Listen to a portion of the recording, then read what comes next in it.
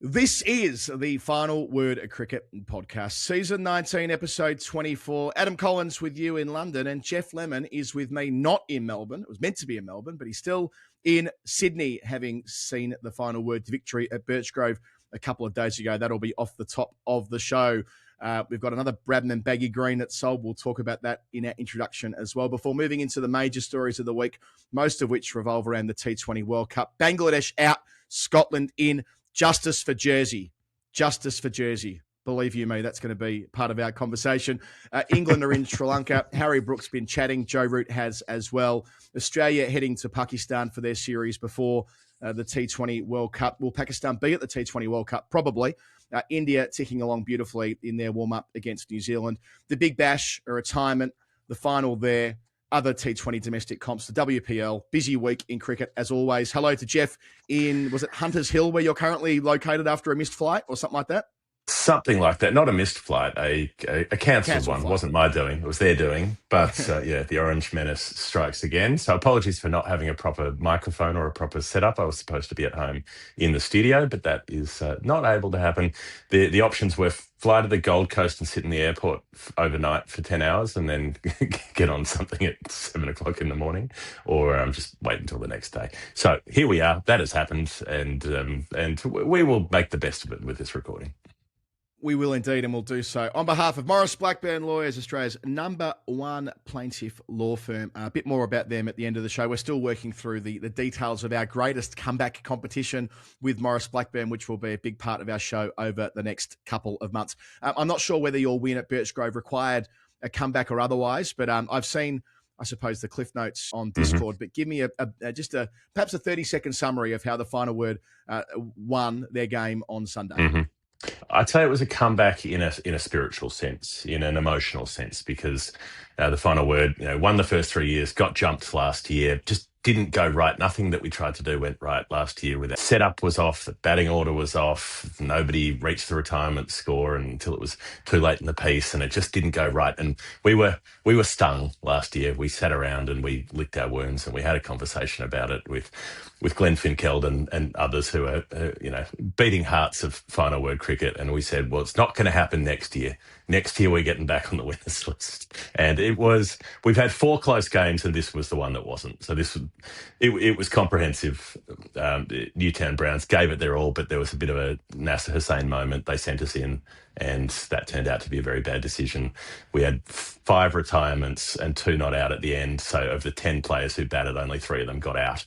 And it racked up 200 even, which is the biggest score that's ever happened in one of these contests in a 30-over game. So it was pretty much a fait accompli at the innings break. And I wouldn't say bowled well in that there were a lot of extras, but bowled well enough when the ball was on the stumps, including a ferocious and wayward, but ferocious when-on-target stumps from Patrick Hargraves, who literally drew blood at one stage with a top edge that came off Tim O'Connor's head to cover and was caught on the rebound like Keith Fletcher. He was okay. He was fine. Luckily, it got the fleshy bit of the cheek. But, even at this level of cricket, there are risks. There are risks to be taken. So, yes, it ended up being a blowout by about 70-odd runs. But it was still hard fought, and they batted through to the end of their overs, the Browns, and made sure that at least we had to bowl 30 in the heat, which was probably more like 45 considering all of the extra deliveries. But Tim's made of tough stuff. I love hanging out with him, so I'm sure he would have been fine with the combative nature of the contest. And yes, I did get a text from Patrick Strappy to that effect. By the way, he has sent us a dispatch about what's going on in Venezuela as it relates to Guyana. I've not listened to it yet. We will pop it into the weekly show maybe next week because he's something of an expert on that particular field of inquiry. Anyway, I digress. The bit that I saw on video that came up a number of times is Glenn Finkeld, who is a veteran keeper. He does it when he's asked more these days than volunteering for the job. But a Dhoni-esque stumping off you. Now, with respect, I always thought you getting a stumping is quite difficult because if someone plays and misses, they tend to have enough time to adjust a lot of time. Or their foot back to where they needed to. But Glenn didn't permit them that time because he had the bails off, as I say, like Dhoni. In the process of taking the ball, he was already whipping the bails off. Lovely stuff. Yes, and well, sometimes it's when you get the length just right, so that it's landing on around the popping crease. Then that's the one where there might be time for somebody to overbalance past it. So Ant Sharwood was the batter there, and he was also about to retire at the end of the over. So that's particularly satisfying when you nab them before they get to walk off. Crucial. Excellent. So final word win again. Our next game for the final word will be in August. More on that. You know what? Actually, more on that. Not today. I better check all my boxes before making certain announcements. It may or may not relate to the Lord's Taverners. You can probably join the dots there. And then there'll be other final word games in Scotland and one in London in September in the usual way. Jeff, yesterday was the 26th of January. I should say, sorry, before we go on, just to mark one thing, Adam. It was Bharat Sundaresan's debut for the final word 11 at Birchgrove as well. He made the trek all the way from Adelaide, batted 3, got his retirement score, walked off, and then bowled a terrific spell as well with the wrong foot and the hair going everywhere, and was the sensation of the day. So cap number 87 for Bharat, and he made the best of the trip over. Lucky for some, 87. I have got a detailed report from him actually telling me that it's the quickest he's bowled in 15 years. He's back in business and he batted for the better part of 20 overs or whatever it was as well. So he is happy about his final word debut. Well played, Baz. Jeff, 26th of January means there are a whole bunch of awards given out across the country. Usually a few of them relate to cricket. And Gordon has received an AM, so a member of the Order of Australia for services to cricket as a player, selector, administrator, all-rounder in her pomp, late 60s through to the late 70s, 9 test matches, 8 one-day internationals. In her second test against England in 1968, she became only the second woman after Betty Wilson to take 10 wickets in a match with 2 5-wicket hauls. Captained Australia on the 1976 tours to the West Indies and England, including the first women's match played at Lords. And then after she finished as a player, went on to be a selector for Victoria, was chair of selectors for Surrey and England, and remained an active contributor at all levels of the game per the statement. So, yeah, I like it when the awards of this nature don't go to the obvious or the usual suspects, where it is someone who's made a huge contribution in various ways, of course, before the time when the women's game had the prominence that it does today.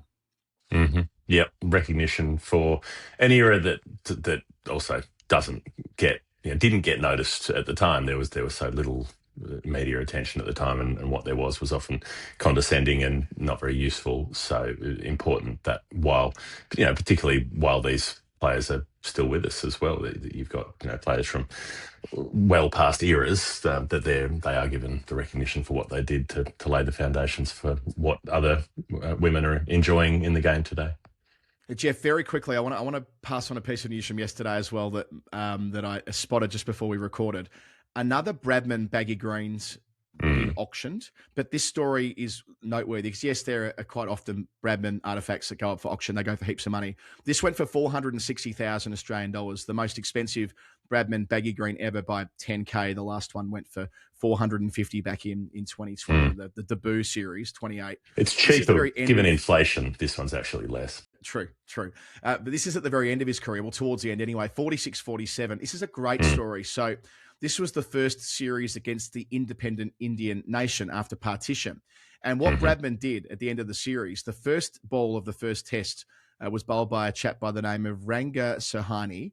And he only played 4 test matches, only played 1 against Australia in the series, a fairly unremarkable test career. Indeed, he averaged 101 with the ball in test cricket. But forget about that. Bradman had the presence to gift him his baggy green to recognise the fact that he bowled the first ball as an independent Indian nation. And this family, per what the auctioneer said in the Gold Coast, they kept it in the family for 75 years as something that was under lock and key. If you were a family member, you were allowed to look at it for 5 minutes when you were 16 years old. It was protected to that extent. And they've now put it up for auction, the family, and it's received that hefty price tag. But imagine that, having this stashed away, not necessarily in a drawer per se, but somewhere safe for the better part of a century. And then now it's finally out there and someone's purchased it for nearly $500,000. So, I mean, I know these numbers bounce around and they don't feel relevant. Like, for example, the Shane Warne baggy green that went for $1 million around the bushfire relief effort in early 2020. But still, to have that particular Bradman baggy green that hasn't been touched by anyone other than the family it was gifted to, that's pretty cool. Yeah, keeping it stashed away and given to a player with a substantial first class career, a couple of hundred first class wickets and 8 centuries ain't nothing.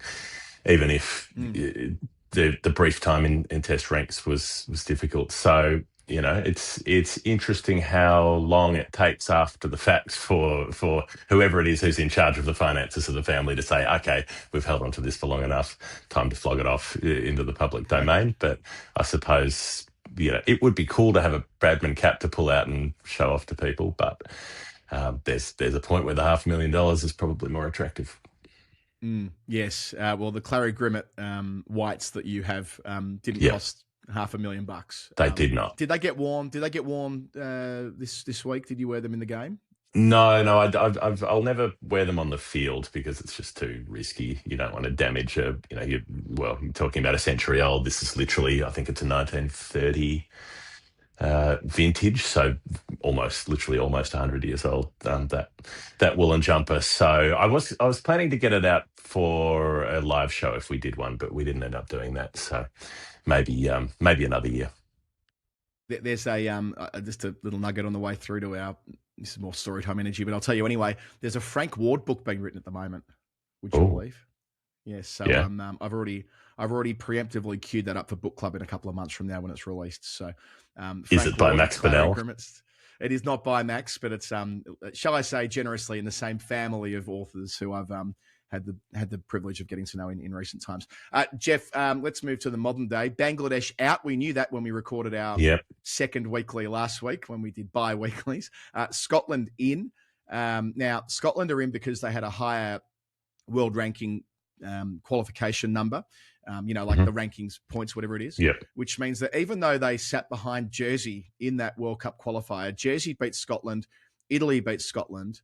Italy, of course, made it through the qualifier, but still, Scotland, due to their ranking points, go in. And I kind of get it on one level. And Scotland came within a bee's dick of making it through to the Super 8s last time, so they're a credible team. I'm not saying they're not. Yeah, they should be on the cusp of full membership. But what ranking points provide you is like graduated privilege. If you've got ranking points and you've got money, therefore you're able to accrue more ranking points. We had this conversation when we were in Brazil late last year.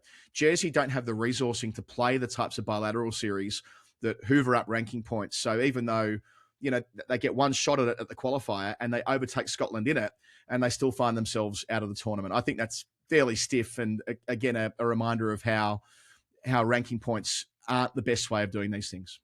Well, this is exactly how the Thailand women's team got screwed over when their was the 50 over World Cup qualifier was called off due to a COVID problem, and they were doing well in the tournament, but they were low on the table on rankings points because they don't play enough bilateral series to get the rankings points. What's the point of having a qualifier if you're not going to use that qualifier to decide who qualifies for the World Cup? I think it actually makes no sense at all. I think this is absolute nonsense from the ICC that if you've had a qualifying event and a team is, whether they're disqualified or they withdraw, whatever it is, the next person who ranks goes in. If you have a disqualification, Stephen Bradbury with a disqualification in the quarterfinals on his route through to the gold medal, he gets through from the first three races away from the final when he gets through on the back of a disqualification after the race. You don't then go, well, who's the highest ranked skater in that particular heat, and then give it to them. You give it to whoever came in next in the heat when the clock was stopped. So if that was Jersey, it should have been Jersey in the World Cup. Yeah, I love that you've used Stephen Bradbury as your anchor there, and I'm all about it. Great man. Scotland have been humble in the way they've received this news. Trudy Lindblade been their chief executive for probably a couple of years now, saying they have sympathy with Bangladesh, but and they must know in their heart of hearts that they've been incredibly lucky to do so poorly at the qualifier and yet sneak into that 20th spot. And they've got to turn the ship around very quickly, acknowledging that the World Cup begins in 9 or 10 days from now, the 7th of February. So they need to get their team together, get over to India, Sri Lanka, and it's going to be quite something. I suppose, the ultimate free hit, European. Yeah. And it's an interesting group because they'll play Italy again. They've got England in their group too. So there's a European-centric group duking it out there, which will be an interesting storyline through the tournament. But, Yeah, I mean, Bangladesh being punted, Jeff, we were recording when we were waiting for that news last week, and it was a fait accompli, really, wasn't it? The ICC secondary statement went straight back to the wording of their first, where it was in relation to the security threat. They didn't comment on the wider issues that Bangladesh were advancing the case for. It was purely through the prism of security, which meant they were always going to be stuffed, and they had no choice. They tried to basically call the ICC's bluff, but what chance did they have when really what they were trying to do was call the BCCI's bluff, and really that means they were trying to call the BJP's bluff. Like they were never going to be successful in this mission. Yeah, exactly. There was no chance if they were going to stand on their principles, and that's what they've ended up doing, which, like I said last week, to some degree is admirable, to be willing to take the hit, because there will be plenty more fallout from all the rest of this. The part with Italy coming in and playing Scotland, it's interesting where they're at the moment. They've just beaten Ireland in a T20, which is not for nothing. They lost the first two, but only narrowly as well. So there was a 3-wicket result there, and then another result decided by about 20 runs. So they were competitive in the first two, won the third. So they'll be, they'll have a degree of confidence. There'll be an opportunity in that group. That's a group where you would have expected Bangladesh to be one of the two full member teams to go through, and now Scotland could potentially be in that spot, or Ireland could be, Italy rather, could be targeting that spot. So there's plenty going on, but Bangladesh have had to make the decision to take themselves out of the running. Like, we don't know what the consequences for that will be, and I think they'll be over the long term as well. There'll be consequences that aren't acknowledged as being consequences of this decision, but they are going to be made to pay for it in various ways. Yeah, and that was Italy's first win over a full member nation, that one against Ireland. Like, not a bad time for it on the way into a World Cup when they're going to be, well, under more scrutiny than at any time in their relatively brief journey. They've been on the run-up for probably 3 or 4 years to this, with the way they've recruited so cleverly. And Wayne Madsen, who's captaining them in the tournament, is as old as I am, which I love. I know that Joe Burns has been playing in the Australian double wicket team this week in Saudi Arabia. What a weird post Aussie career Joe Burns has had in so many ways. But yeah, Italy won that by 4 wickets after Ireland won the first couple, with Harry Tector making runs. So well played, Italy, for getting themselves in the frame. The other parts of this, Jeff, of course, is that there's some posturing from Pakistan. Moshin Naqvi, who's their chairman, also government minister, loose unit, no doubt about it. Ever since he's been chairman of the PCB, it's gotten more and more scattergun in every possible way, and that's saying something. He says that he will be told by the Pakistan government whether they're pulling out by the 2nd of February, but nobody expects anything other than situation normal, where they'll threaten, then they'll eventually acquiesce. They play India on the 15th of February at Colombo. That's the whole ball game anyway, financially. We know why there are so many ICC events. It's because the more ICC events you can have, the more opportunities for Pakistan's men to play India's men, and no one's going to compromise that. Indeed, even at the ICC tournament being played out right now, in the 19s, Pakistan have got India in the Super Six in Bulawayo in a few days' time. And, it's funny that we go from, we're not going to play each other, we're not going to shake hands, to, well, actually, when it matters, of course we will play each other. And that's the end point for this, even if we have to wait 5 days for the confirmation of it from the Pakistan powers that be. Yeah, there was a non-handshake in the India-Bangladesh 19s game, but that was said to be accidental because the full-time Bangladesh skipper wasn't playing and the stand-in was playing, and he forgot to shake hands at the toss, and then they made a point of shaking hands after the game, and emphasised that that was an oversight rather than deliberate. But yeah, all that stuff will go on again in the next couple of weeks. Did you see the handshake AI? It felt like AI slop that was put out by the PCB during the week. I can't tell if it's AI slop or not, because so the guts of this is that there's a meme-ish video that the PCB have gone out promoting their series with Australia there this week ahead of the World Cup as well for the T20s. And they're taking the piss out of Australia, out of India not shaking hands, but all these Australians happy to shake hands with Pakistanis. And they use this, I don't know whether it's AI or whether it's an actor, but it's all dubbed with an Aussie accent. It is the most horribly brilliant work you will see. Maybe it's real, I don't know. But either way, that was the bit that they've put out to try and get under India's skin. I don't think it'll be overly successful. And just on Pakistan, they've on the field this week, Shaheen Shah Afridi is playing. Barbara Azam is playing. I have forgotten, to be perfectly honest with you, Jeff, I've forgotten where we are up to in the Shaheen Shah Afridi story with T20. I know he was captaining. I know he quit. I know there was a boycott of sorts at one stage. But as former captain, he will be there in the World Cup. And Barbara Azam, having stunk out the BBL, the slowest ever to 200 runs in that tournament, has also been picked in that team that will play under the leadership of Salman Agha. I had to check who was captaining Pakistan for the tournament. So he gets his chance to have his spot in the game of musical chairs it'll be Sri Lanka for their minor because they won't be going to India over the next few weeks. No. He's been doing it for a little while, Salman Agha, and he's the poison chalice is his to drink out of for a little bit longer as we see how things go. I mean, the Moshin Naqvi stuff it's in a competitive field. The PCB are the least credible cricket board in the world, I reckon.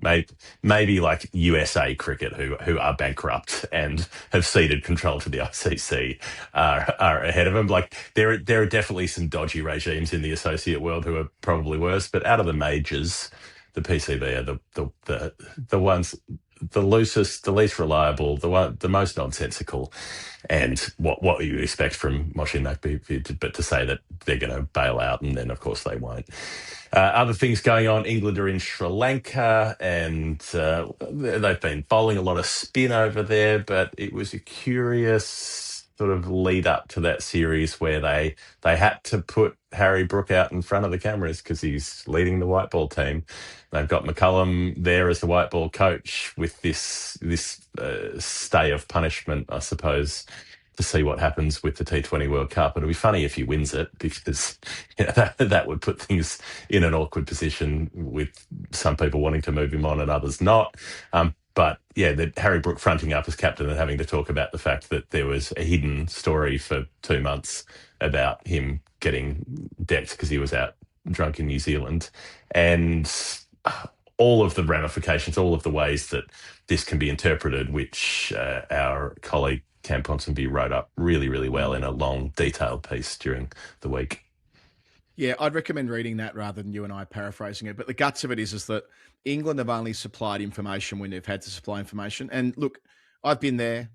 I've been there. Like I've been on that in that world when you are trying to protect embarrassing information or information that's damaging to you. You release the bits that serve your interest and hope that the rest doesn't come out. But I also know that 95% of times it comes out anyway. It's very improbable, very unlikely rather, that if you've got one problem in a story, that the other bits of the story aren't eventually going to make it to the public domain. So the points that Cam were making were along the lines of when Rob Key did his round of media before the Melbourne Test match after they'd seeded the Ashes, and he was talking to a booze culture.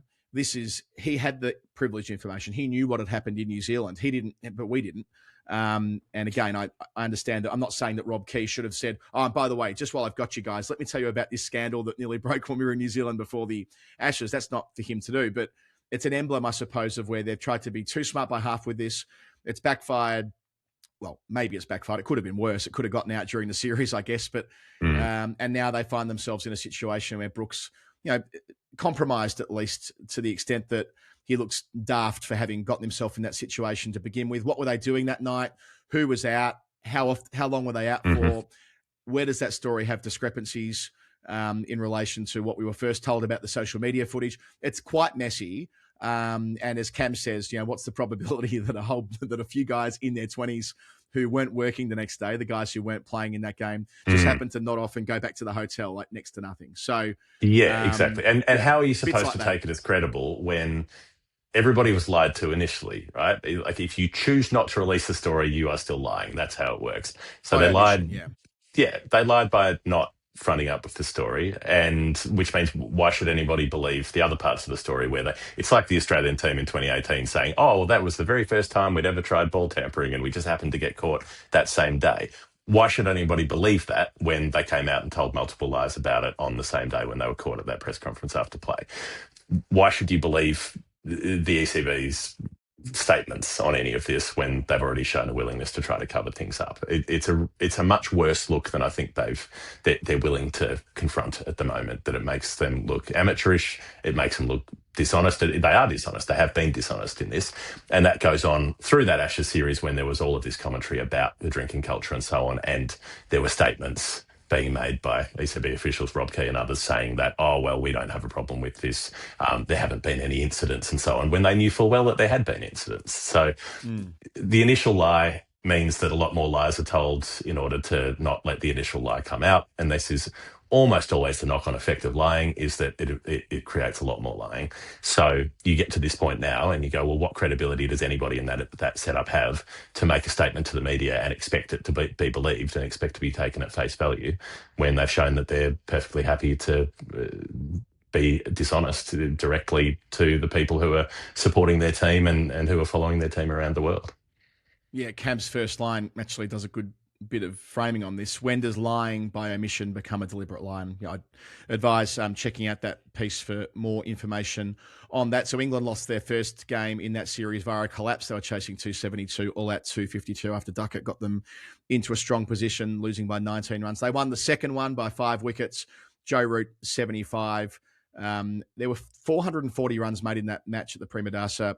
And Harry Brook went on to say it was the worst pitch he's ever played on in Test cricket or something like in one-day cricket. I think he said it was the worst pitch he's ever seen, which comes across as somewhat uncharitable, I guess, when there's been so many runs made in the match. But it did inform the way they chased. They batted slowly in pursuit of that in relative terms. So, but at least they won the game. That's the most important thing. Perhaps the most important comment, though, was Joe Root when he did media after that, saying that Brendan McCullum has made him tenfold a better player, and said that he's one of the best coaches that he's ever played under. So you can see inside that dressing room, there is still going to be an enormous amount of support for their guy. So there's an internal, external thing going on here. Inside the dressing room, they will want McCullum. Outside of the dressing room, and you can see this from the reporting already, outside of the dressing room, there's still going to be a move to oust him. I don't think it's a clear-cut thing, but I'd be surprised if this story doesn't keep rattling along all the way through the World Cup. It may well be, Jeff, that the only thing that can save McCullum, weirdly, is success in the T20 format as to whether he keeps the job for the Test team when they next front up in that format in June. But does it become like Justin Langer winning the T20 World Cup, where it buys him 6 months, but as soon as the next thing doesn't go to plan, if they drop a couple of tests in that home summer or whatever it is, then it might be a very brief reprieve. So that's really how I'd be looking at it. I mean, if the players want him, then there's an argument to say if the dressing room's happy, then let them have what they want. But also, Joe Root is the most polite man in history, probably to a fault. Probably it hasn't benefited him at times where he's just too nice and tries to be too pleasant about everything and isn't willing to take a hard line on things. That would be a criticism that I would have looking at his career and his time captaining and so on, that saying the hard things often wasn't something he was willing to do. So, yeah, of course he's going to back the coach who's there because the coach is there. But as a senior player, does it sometimes fall to you to not support people, not back people, and back harder decisions, possibly? Yeah. I think that it'll be one input. It won't be the only input. I think some dressing rooms that they have the authority to say, we want this to happen with the coach. Other dressing rooms cede that authority. And I think that's what we saw virtually in Australia. Just rounding out our international segment, Jeff, India are pumping in New Zealand in the T20s, as you might expect. In the lead up to a tournament, they will almost certainly win. Abhishek Sharma made a 14-ball 50. They've got a few games to go. It'll be carnage once India get rocking and rolling in that tournament. It's one. You remember a couple of years ago, Jeff, we said you could simulate the Women's World Cup. I think it was the Women's T20 World Cup or something like that. You could simulate it, and Australia would win 98 times out of 100 with the team they had out on that particular occasion. I feel like we're not quite there with this Indian team, but if you were pricing it in, you would say it's like at least a 60% chance that India will win this tournament, if not higher. So doesn't mean we won't cover it with enormous enthusiasm on the Final Word Daily, but India have got a team that have tuned up perfectly to defend the title that they won a couple of years ago in the Caribbean. Yeah, the fact that they chased one score in 10 overs and another score in 15 overs and then made the best part of 250 when they batted first suggests that, particularly in home conditions, these are the lab-built players. These are the bionic men of the modern T20 era, and this is the exciting bit about what the IPL has done, that it's created this kind of super strand of T20 cricketers who can do it all, and, well, they probably will. during the T20 World Cup, Valentine's Day will arrive. What will that mean? It'll mean 6 years since the birth of my daughter, Winnie. It'll mean 7 years since Rachel and I moved into our house in London. Happened to also be the 14th of February. It'll also be the chance for you to sleep refreshed, to help out the person sleeping next to you with this device, which simply, as you did during the Ashes, Jeff, you stick it on here. If you're watching on YouTube, could not be more straightforward. You activate it with a press of a button, and it means that your tongue is stimulated. Your tongue is thrust forward. And the best part about this right now, we're coming towards the end of our period of time talking about Zeus Sleeps. So they've doubled the discount for us, and in turn for you, 10% off in the show notes. The offer code has changed. TFW 2026 for we are in 2026. And yeah, Valentine's Day, I think I got some grief for saying this last week, but I'm going to back it in. I'm going to double down. It is a good hook.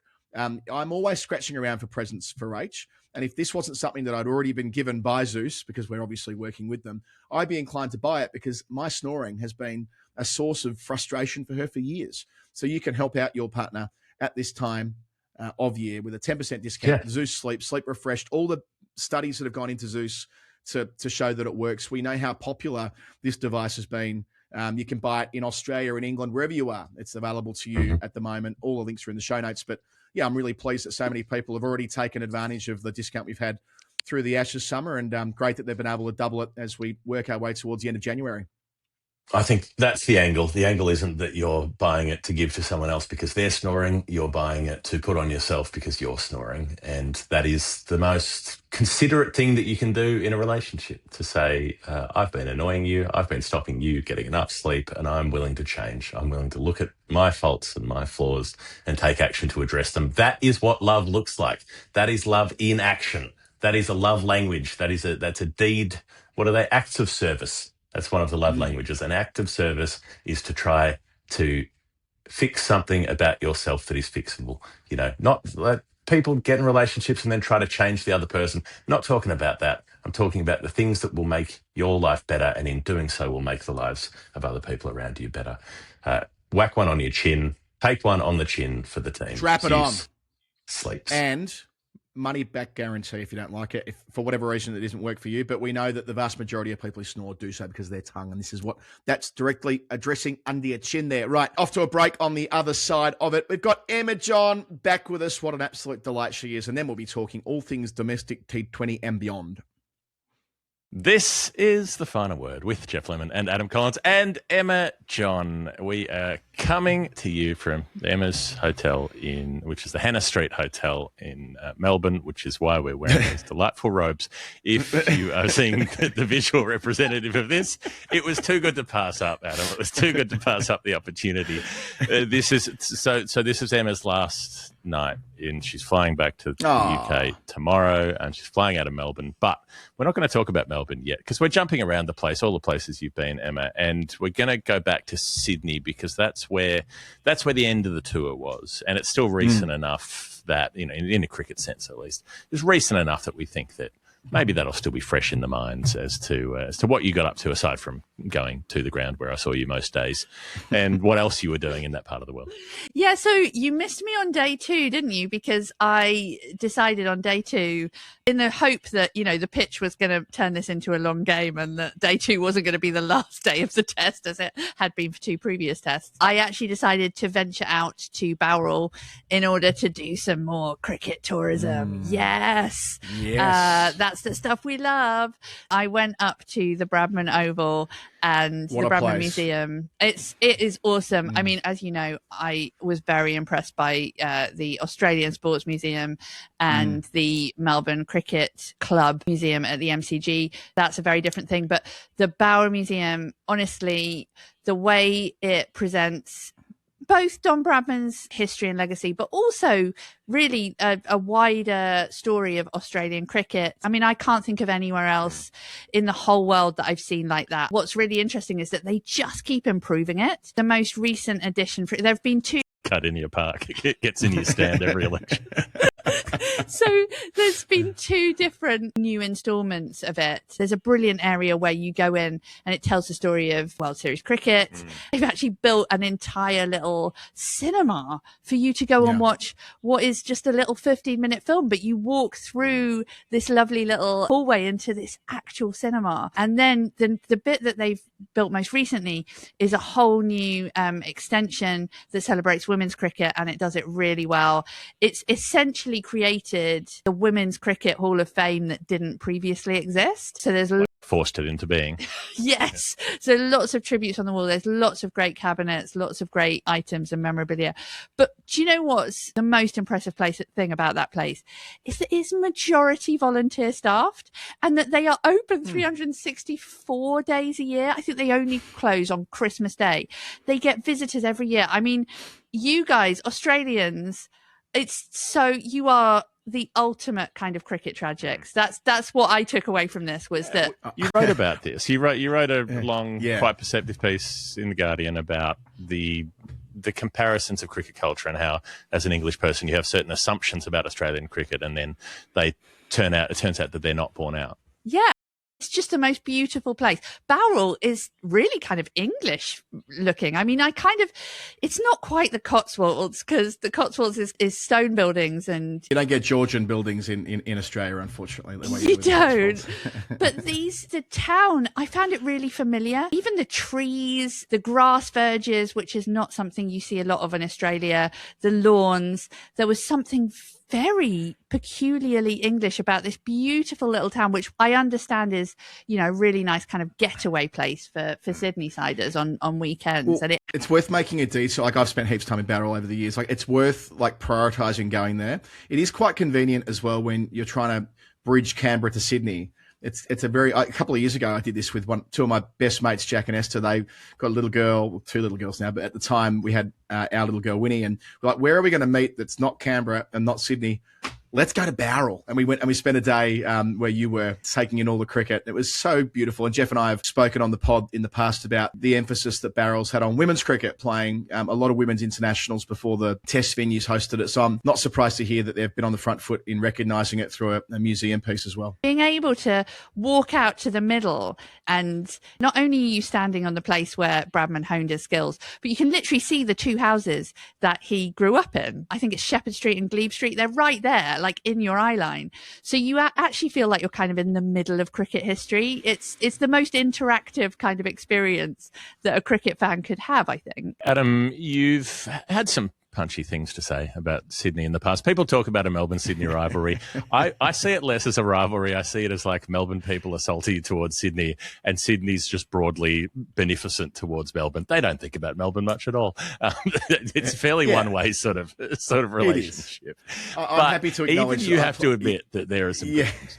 I play the game on this. I'm a proud red-blooded Melburnian. I play the game. I had the great privilege of staying in Dover Heights, where I always stay in Sydney, over the last fortnight. And the fact that we were all but a kilometre away from a ferry terminal that takes you straight into Circular Quay, it is stunning. There is no other way of describing it. And then you're right in the guts of town and all the rest of it. And there have been parts of my life when I spent loads of time in Sydney. My parents lived there for a decade. So a lot of fond memories there in different parts of it, different corners of it. It's obviously different to Melbourne, and that's where you can draw that contrast. But it's got its own charms, undoubtedly. And one of them clearly being the harbour, obviously, to this remarkable, world-renowned waterway that sits right there, and it's the blood running through the arteries of Sydney. I think all the irony, just melts away when you actually, however cliched you might think the Opera House and the Harbour Bridge or whatever it is, once you actually get on the water, which I did get to do. I got to do a harbour cruise with a company called Journey Beyond, who are quite luxury, by the way. So it was very pleasant. I got dinner and everything. You just are completely caught up with it, because it really is ultimately beautiful. As a traveller, yes, I want to see the cool, hip hangouts that nobody knows about yet. but I want to do the big hitters as well. I mean, I got to go to the Opera House largely because Tom Gleeson was performing there, the comedian, and Tom Gleeson is a massive cricket fan. So I had invited him to the cricket at the MCG, and he'd be my guest there. And then I got to go and watch him perform comedy at the Opera House. And even just like, it could have been anything that was happening in there. Sorry, Tom, but anything could have been happening. The interior of that Opera House is kind of mesmerizing in itself. It's a performance in itself. You know, it's really worth seeing, whatever you go to see. I was lucky many years ago to go to a Ben Folds show there and became part of an impromptu choir, which I know is a thing he does in his gigs, but doing it in the Opera House like adds gravity to it. And so the Opera House, you might hear it and think it's a certain thing, but it's far more versatile than that alone. And the steps have been used for huge public concerts as well. But when you're in the guts of the thing, and to think how much investment was made into it when it's the early days of the lottery, isn't it, Jeff? Wasn't lottery money used for public good to try and build the Opera House way back when 50 odd years ago? So yeah, it's an icon, international icon. Yeah, I think that was the case. And I went to a bunch of shows there last year during Vivid Festival, I believe, when they had, Elephant Tracks, that is the label that Earthboy founded, who does the theme song for our show. If you link the links back, that was where they had their farewell party, where they packed up the label after 25, 26 years. Underworld, I saw there, Thelma Plum. There were a bunch of different shows that week, and extraordinary to be able to go down to that precinct and feel like it's this cultural beating heart. And then being on the water, I mean, I think about it in Brisbane, where you can jump on the river ferries and cruise up and down the river, whether during the day or at night, and then in Sydney as well, where there's just something that, like, it doesn't feel like a commute anymore, because you've got this, like, you're alive, you're at the rail of the ship, you've got this the ocean spray in your face, you can smell the salt water, you can think about Kenneth Slessor's poems about Sydney Harbour, and you can feel like something real is happening to you in a way that's not the case if you're sitting on a bus or underground on the train somewhere. I always think about the people who have come into Circular Quay via boat and to start their lives again, or people who shipped off from there to conflict. Evocatively, one of the reference points and the band play Waltzing Matilda, isn't it, Jeff? That when the ship pulled into Circular Quay, in and out of Circular Quay, and and that bridge being such a 1932 that opened, and that's got its whole own story. And our great friend and colleague Peter Lawler literally wrote the book about the Sydney Harbour Bridge, didn't he? So that there is so much history wrapped up in the building of it and the opening of it as well, and it continues to be, when people think of Australia, probably from an icon perspective, there, maybe the MCG would be on the podium with it, Jeff. It'd be, the Harbour Bridge, the Opera House, and the MCG would be would that be a fair depiction, or am I being Uluru, I reckon, is Uluru, Uluru, yeah. Sorry, now Uluru's got the G covered probably just, but as far as what people recognise to be quintessentially Australian, and Sydney's right in the heart of that. So on the flip side of that, can I just tell you about this one experience I had that was just a really unexpected thing that I got to do, which was in Mossman Park, which I have always thought of. I might be wrong, but I think is it a very shishy suburb of Sydney? Well, yeah, I think of it where Andrew Strauss played club cricket personally, but that's the way I'm hardwired. It's like it's very nice. I'm told it's quite a conservative area. It's but the thing I got to do there was I got to go on one of these kind of bush tucker tours with an Indigenous guy called Cooper, who he's part of a company called Bush to Bowl, and it was really interesting because he's such a passionate advocate for Indigenous foods being kind of really recognized, and it was something I'd never thought about before, but apparently it's a fact that, like, now that people are really into kind of native flora, native fauna of Australia, and people have learned about the health benefits and stuff of indigenous traditional indigenous eating and gathering food. But the issue is that basically most of those companies are not indigenous, and apparently less than 1% of all the dollar value from that kind of indigenous bush food companies actually goes to indigenous people. It was something I would not have known if it wasn't for meeting Cooper and for him taking me around on this tour.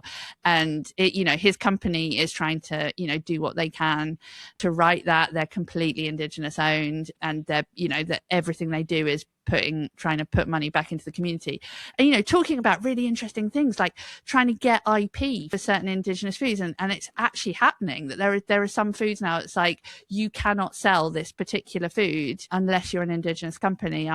That was just something I didn't know about. I found that just as important and interesting as kind of learning the history and the stories, was thinking about what is happening in real life and in indigenous communities and in politics today. Yeah, it was such a rich place of harvest, up and down the coasts of New South Wales, and that interaction with the ocean and the sea life, and the fact that in Sydney the ocean's always there. It's always, you can catch a sniff of it on the breeze, at least, even if you're not down there. And the other thing, Jeff, we were driving down King Street, Newtown, the other day. I don't know what we were doing that for. I can't remember why we were in the car together, but we were. I remember we were. It was a hectic week.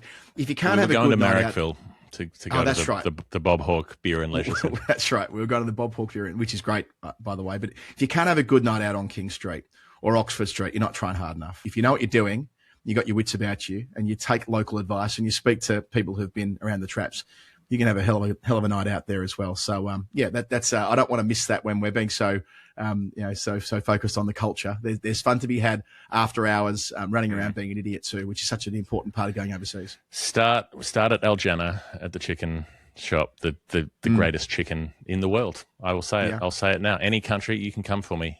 You will not beat Al Jannah's chicken. You will not beat the garlic sauce. You cannot do it. It's not possible. And that will arm you for what needs to come next. A place that we get to visit all the time. Emma, I'm glad that you got to visit and have some fun knocking around Sydney and New South Wales as well, thanks to Tourism Australia, who've been working with the three of us to get this segment out there. Emma John's Tour of Australia. Maybe we'll call it that. We still didn't come up with a formal title for it, but here we are. We're going to talk to you after this next time we talk about the train across the Nullarbor. Ooh, yeah. So stay tuned, because I don't know anything about that. I really wanted to take that train one day, and I have deliberately not asked you anything about it because I want it to be fresh when we have that chat. But we'll have that once you're back in London, sitting next to Adam instead of sitting next to me. But it's been nice to have you in Australia, and after this you'll be reminiscing from the cold, frigid wastes of the north, and anybody who lives there, you should get out of there and come here. This is the lesson of this segment. That's absolutely true. I literally had a text from somebody today saying, Emma, it's freezing back home. Don't come home. And honestly, if I could stay here for good, I really would. When I left Sydney, it was 40 degrees, Emma. And when I got back to London, it said on my app, it said it feels like -4, which gives you a sense of the disparity. That's what you're flying back into, but it's all okay. I look forward to seeing you. Travel safe. So good having Emma with us. We'll be back next week to talk about the India Pacific. Looking very much forward to that. Jeff, via an announcement, I'll get to the BBL. The announcement just lobbed before we recorded. Usually we're 5 minutes late on these. We're 5 minutes early. This time, Kane Richardson has retired from all professional cricket at the age of 34. He said in his statement that he squeezed every drop out of himself, and that feels right to me. I mean, he's played in every season of the Big Bash, including a couple of games for the Sixers this year, 142 wickets at 23 in that particular tournament. But, he won it with the Renegades in 18-19. He was part of that capitulation with the Melbourne Stars in the final there, in the Derby final. He was an OG with the Strikers, his home state of South Australia, which vaulted him into national teams as early as 2013. He's played around the world, the IPL, the 100, the Blast, the IL T20 in recent years. But for Australia, most of all, 25 one-dayers, 36 T20s in a career that spanned a full decade. He played internationals from 2013 to 2023. That takes some doing.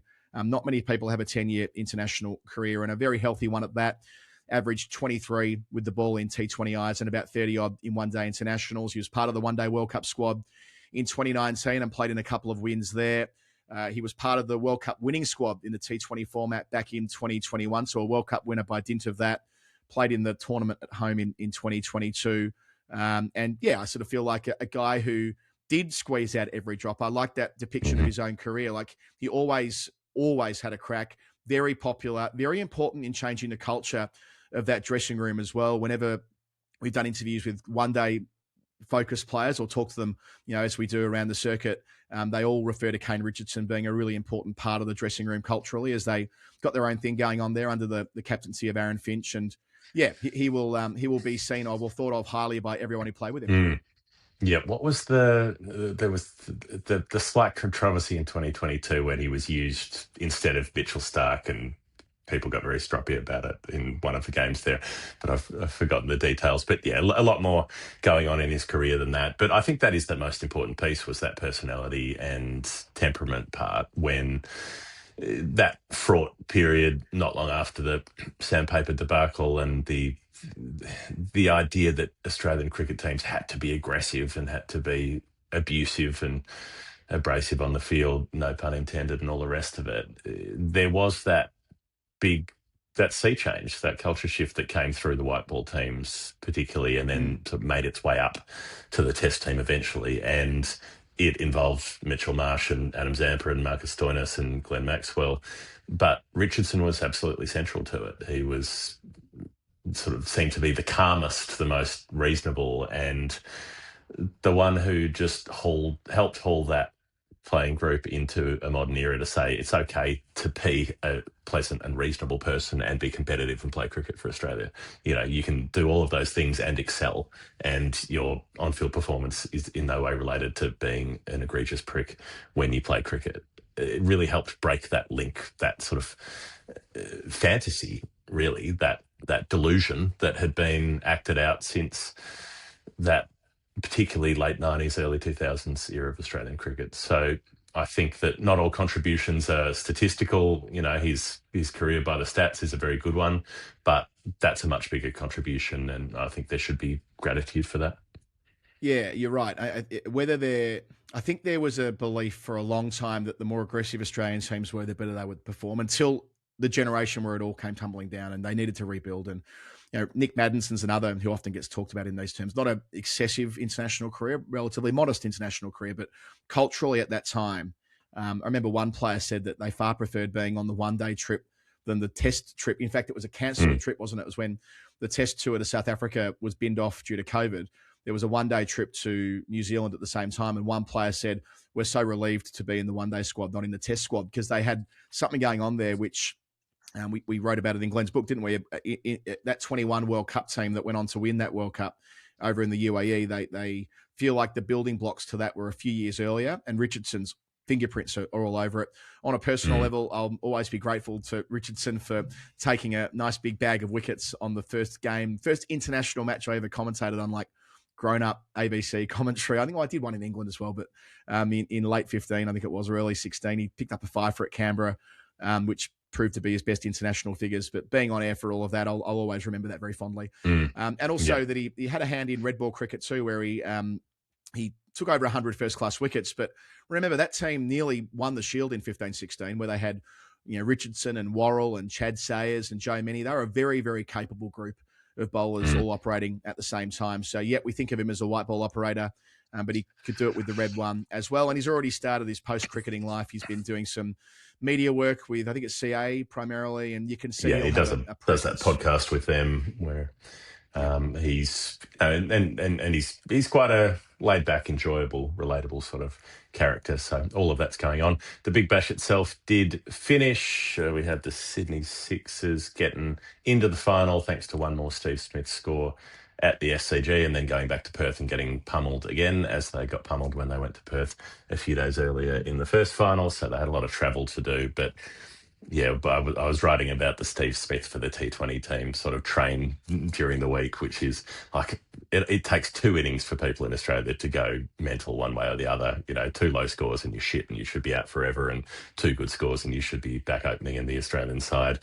The fact that all of his runs seem to come at the SCG might be a factor. If you were talking about the get Steve Smith in the T20 team idea, he's got to go to India and Sri Lanka and play there instead. Not to say he couldn't do it, but a little more tempered approach might not be the worst thing. But it was dominant by Perth Scorchers. It was one of those games that was a little like the one that we played earlier that day at Birchgrove. It was pretty much done by the innings break, and there were no mistakes as the orange lot brought it home for the millionth time in the Big Bash. Yeah, the 6th time the Scorchers have won the title. And Gideon wrote about this, that there is a sameness to the Sixers and the Scorchers seemingly always doing so well and having played in multiple finals against each other now. The Adam Voges story in all of this, Voges as coach, 3 Big Bashes, 5 one-day cups and 3 Sheffield Shields. That's proper dynasty stuff. And Yeah. Voges has overseen all of it. And we know that he's moving away from the WA stateside, but he will be a highly sought-after coach. You speak about Kane Richardson. What's he going to do next? Good question. I'm curious. Well, I think he's earned the right to go and hoover up some franchise money, if you're honest. He's probably earned the right to go and have some fun times. He'll be in pole position to take over from Andrew McDonald at some point as well. And there's been some chat that England might go after him, but I think in the short term, Voges, once he's finished his commitments with WA, is, if he wants to go away and fill his boots for a time, I don't think anyone would begrudge him, given there are those types of opportunities. Yeah, 18 months of franchise cricket and then Andrew McDonald's job. That looks pretty good as an arc. But England could do worse. They could make worse decisions than to go for someone of his style. I've heard Alex Stewart being talked about as well, which did strike me as a bloody good idea if they wanted someone who was going to have a more regimented approach. There'd be, it seems like the best fit out of the names that have been floating around. Yeah, I've seen that as well. The interesting thing with Stewie is that he's never been a head coach per se. He's been obviously an extremely successful director of cricket. At Surrey, they've won everything, multiple times, all on the championship multiple times rather. But yeah, coaching's a different thing. Alex maybe they hire him for that. Born in 1963. I guess I would say that it's a very taxing job being an international coach and being away from your own bed so many nights a year. They might tailor a job to Alex Stewart.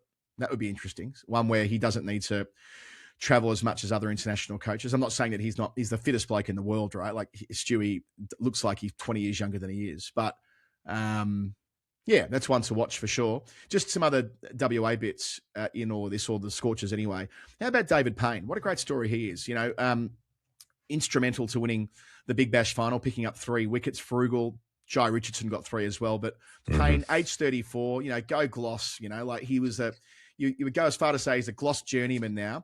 Got that one international appearance in Holland in 2021, which I was there for with Winnie as a baby. Well, she wasn't quite a baby then, but just a very small toddler, on that boiling hot day out in Amsterdam, and never got picked again.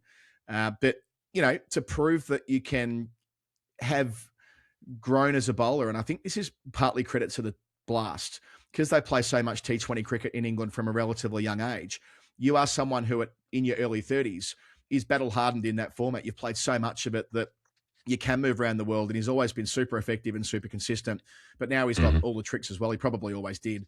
I've seen him take bags of wickets with the red ball, but great to see him help seal the deal, picking up 3 for 18 from his 4 overs there in the final, which restricted the Sixers to 132. And the jumping Jai arc as well, Jeff. 3 wickets in the final. It just feels like it's an important plot point on the return to Jai Richardson being a regular across formats for Australia. It won't be long. I mean, we know he wasn't at full pace at Melbourne. It's pretty clear that he can bowl more quickly than that. But I'd be very surprised if his body stays right in a couple of years' time that Jai Richardson isn't fairly prominent across all 3 Australian teams. I think it's really interesting with the Scorchers, the way that they've managed their overseas picks, because they've never picked up the most, the marquee players. They don't hire Barbara Azam. They don't get big names, but they've had very well-researched role-playing picks, 1 or 2 overseas players. You think of that WA side as being, that WA setup as being very parochial and that everybody has to be part of the Western Australian clique. But in the Big Bash, they have had the flexibility to bring in a couple of overseas players here and there, like Laurie Evans, who I always think is an Australian politician / political journalist. I think I go Laurie Oakes, Gareth Evans, and somehow the combination comes together. There was that period where David Willey bowled for them. There was Stevie Eskenazi, Michael Carberry. Yep. Yeah, I think Stevie Eskenazi probably, of all the ones you've mentioned there, the one who meets that Payne mould, doesn't he? Million T20s, wasn't around the world, but they saw him as a chance to get him into the setup in the Big Bash and had a couple of very effective years at the top of the list for the Scorchers. That's a great point that under Voges, they've been more strategic and less worried about the glitz and glamour of the highest profile signings. And, that's how you win comps, right? It's about behind the scenes. I saw Ben Jones was writing about this during the week, saying that analysts have gone from being kind of a behind the scenes role where they're the nerdy ones who, don't necessarily have much of a presence to the top table. It's analysts who are there helping make really shrewd strategic decisions in these franchise tournaments to make sure that you've got the best chance of bringing in someone who will overperform relative to their standing or maybe their salary band. So, yeah, clever work from Voges and the team behind the scenes, the analysts and so on, who underpin those types of decisions. Yeah, so it's worked for them. It's come together, and there's another one to put in the giant trophy cabinet over West. So go Scorchies. The Sixers weren't best pleased. Greg Shippard talking about all the travel they had within 8 days: Brisbane, Perth, Sydney, Perth. Maybe they shouldn't have lost their first final. Yeah, they lost their qualifying final. Well, I guess that was in Perth, wasn't it? So, yeah, I get that. I get that to a certain extent. I mean, they could have pushed it back one day and played the final on the 26th, which remains a public holiday in Australia. But yeah, that was part of the fallout. Greg Shippard speaking around that, and Steve Smith was fuming when they were playing in the rain when Mitch Marsh got off to not a flyer. He batted sensibly. I mean, he had a strike rate that was necessary for the job at hand, but they were playing in the pouring rain, and Smith was on the TV mic saying he's never played in rain that was heavier than that. So the Sixers aren't hugely enamored with how the whole thing ended, but they were the beneficiaries of a decision earlier in the game around a grounded catch, Jeff, which I know these things come up all the time around let's call it the Mitchell Starc precedent from Lords in 2023.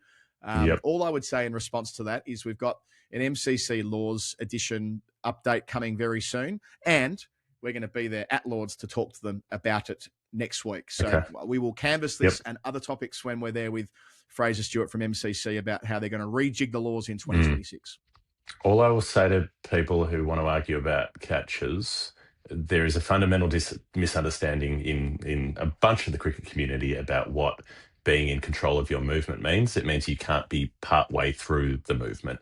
And if you want to solve it in your head, if you want to figure out whether a catch is legit or not, put a boundary line there and have that player touch the boundary line while they're doing the thing that is in question. If they're touching that boundary line and it would have been ruled a 4 or a 6, then that catch hasn't been completed because their motion hasn't been completed. If a player standing out at the boundary takes a catch and then stands there and holds it up in the air and then steps on the rope, it doesn't matter because the catch has been completed and it's already done. But their movement has to be completed. The movement that enables them to take the catch has to be finished before the catch is completed. So just imagine they're touching a rope, and that will help you figure out whether it should be out or not. Jeff, a couple of other odds and ends at the end of the Big Bash tournament. Peter Siddle and David Warner will ride again. Siddle, who bowled quickly for the Stars and effectively too, has signed a 1-year deal. He'll be playing at age 42. God bless him. Love Peter Siddle. David Warner will go around again as well, which will mean he'll be playing in the Big Bash at age 40, which makes sense. He made 433 runs at 87 for the beleaguered Thunder, included 2 unbeaten centuries. So I'm kind of surprised Warner didn't sort of put himself forward for the T20 World Cup and come out of retirement, but I suppose that's a whole different topic. And speaking of the Thunder, if Smith has got to go to India, Warner's got to go to India. Bring him back. Send him to South Africa. I want Warner to go to South Africa in October. Back in the Test team. Make it happen. Speaking of the Thunder, there was some chat during the week that might be where Glenn Maxwell's going. I'm not saying that Glenn advanced that, but there was some reporting that the Thunder were throwing the kitchen sink at Maxey to move to Sydney. But that's not happening. He signed a 2-year deal with the Stars. I think Neroli Meadows had that story originally. There was a statement out last night, UK time. So he had the chance to move, but he's not a lifer at the Stars. He played 1 year at the Renegades at the very beginning of the Big Bash, but their leading run maker and games player, Maxey, who didn't have a great year, of course, but he will be there again, and he still remains desperate to win the tournament before his long and distinguished career is done. That's the Big Bash for 2026. That's it. It's kind of, what is it, like Nathan Buckley at Brisbane sort of thing, early, Gary Ablett Senior at Hawthorn, early, something early, but not known for playing for that club. Put it that way. The Under-19 World Cup. It actually is quite Buckley when you consider that Buckley went to Collingwood and never won a flag, and the Renegades did win a premiership. The team that, if you can join the dots if you're a footy person. Off to the Under-19 World Cup. Japan racked up 200 against Australia, which is not for nothing. And then they beat Tanzania, the grudge match, the time-honoured. Australia beat South Africa heavily in the first bit of the Super Sixes. England had beat Bangladesh. they're on the side of the draw with India. We might check in with Ben Jones, sometime host of the show, because he's over there doing commentary on that tournament, and we'll find out more of what's going on there. The business end of the WPL, Women's Premier League, the Women's IPL variant, RCB are basically in the final. They could be caught on points in theory, but probably couldn't be caught on net run rate, and then it'll be one of the other sides that goes into the playoff. The second and third will play off to see who plays them in the final, and a fair bit going on in that tournament for Nat Sciver-Brunt especially. Yeah, she's had a tear, a couple of unbeaten 65s, mid-60 odds, and then 100 not out from 57 balls. Now, the first century of the comp. I'm pretty sure it's her first century in the WPL as well, and that was to see Mumbai beat RCB. So Mumbai going to second spot now. They're the only other team with a positive net run rate. So Mumbai, barring something crazy, should make the eliminator. And if they make the final, it'll be against, in all probability, RCB, who they've just defeated, with Nat Sciver-Brunt in red-hot form. So, we'll know more about that. There's 4 games to go in the group stage. So by this time next week, we'll be right at the end, and we'll give a nice detailed recap of the final series. Yep, and the SA20 for those desperately following on, for those clinging to the show to find out what's happening. Sunrisers Eastern Cape, the SEC, the State Electricity Commission, won the comp after finishing on top. They've won it 3 out of 4. Tristan Stubbs prominent in that effort, and they're probably all playing in a 10-over tournament in Guyana or something already. Exactly that. Off to the next thing, which will be the T20 World Cup for all of the guys. And Stubbs was instrumental in that final as well as captain, and Adi Burrell, the coach there. They've had a great thing going on there at Eastern Cape. Congratulations to them. And that's us done, Jeff. Thanks to Maurice Blackburn Lawyers, Australia's #1 plaintiff law firm. More about them in our interview, which is coming up tomorrow. Got a really good interview. It'll be released Thursday, actually, coming up midweek. And then Jeff and I will be back for story time on the weekend. This has been the 24th episode of the 19th season of The Final Word. Thank you to everybody who's with us on Patreon. Jump on there and sign up or up your pledge for a chance to win the Stomping Ground beer. We'll give away 2 cases of that on the weekend show as well. All right. Thanks for joining us today. We'll speak soon. See ya.